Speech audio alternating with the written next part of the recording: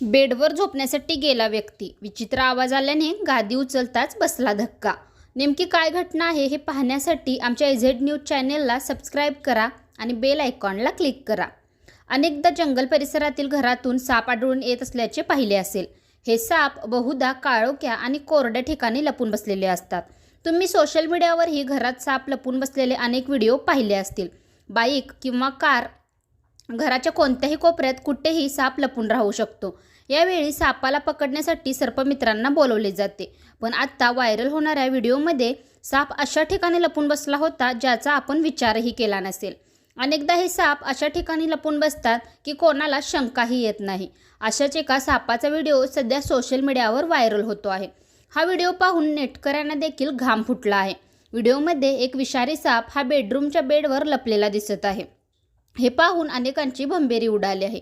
व्हिडिओमध्ये दिसत असल्यामध्ये एक साप घरात घुसतो. त्याला पाहून घरातील सर्वजण बाहेर पडतात.